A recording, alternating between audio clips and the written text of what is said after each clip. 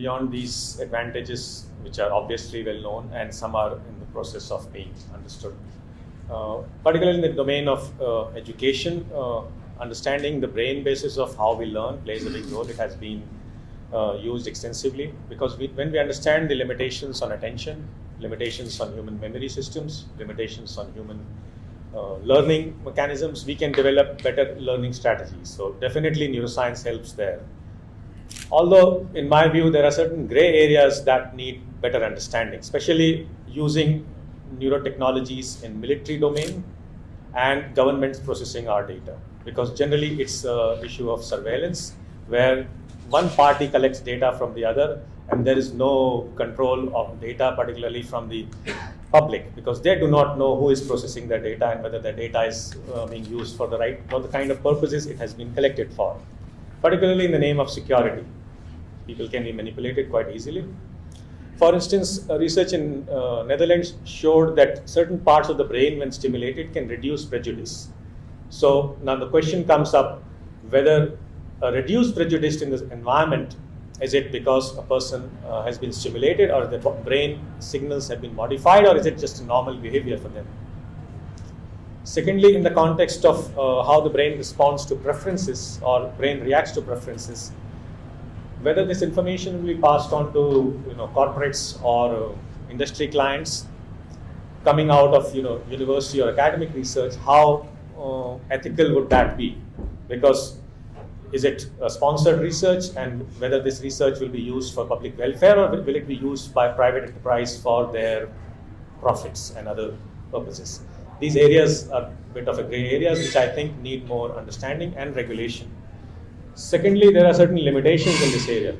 Neuroscience is a relatively new field. It's not as mature, I would say, as physics has been, because it's in infancy. And there is definitely some hype rather than the reality to it. And public needs to be very careful regarding whether it's real substance or it's the hype. And particularly in the context of media portrayal of these findings. Public should maintain a healthy dose of skepticism.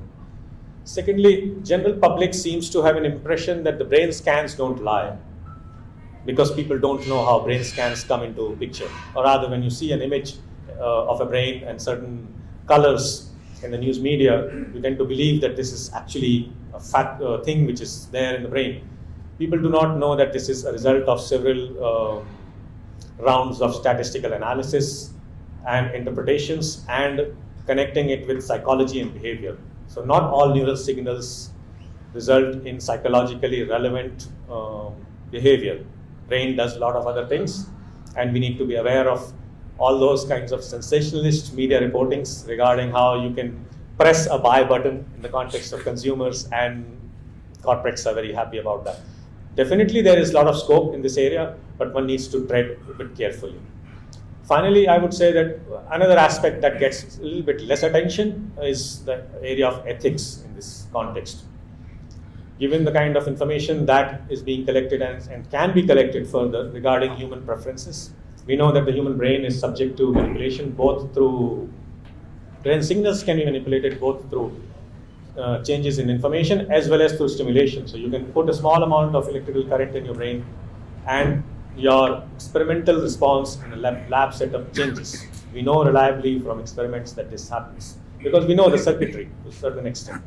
Now there is the issue of breach of privacy, because what we are dealing with is a human being. We are not dealing with point masses who are just are subjects. These are people who have individual freedom and their sense of belonging and sense of social and legal responsibility.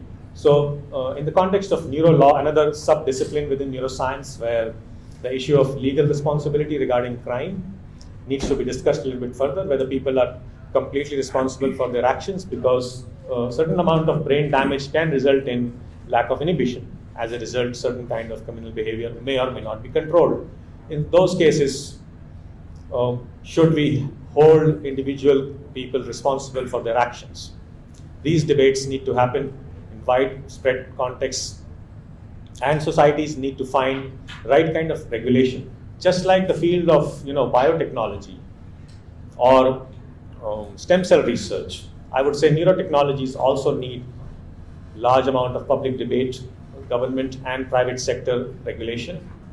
We might have heard of, some of us might have definitely heard of the stem cell engineered babies in China. I teach at the Chinese Academy of Sciences, which is the parent body of many institutions in China, where that particular researcher also was affiliated with. Somebody has heard about this, right? So stem cell engineered babies, and then initially it was a euphoria, and later on a lot of sanctions against that individual researcher, despite supposedly some sort of regulation. So regulation also needs to be quite clear. What are we dealing with? What kind of data we have? And especially in fields like neuroscience, which have a lot of implications for human society.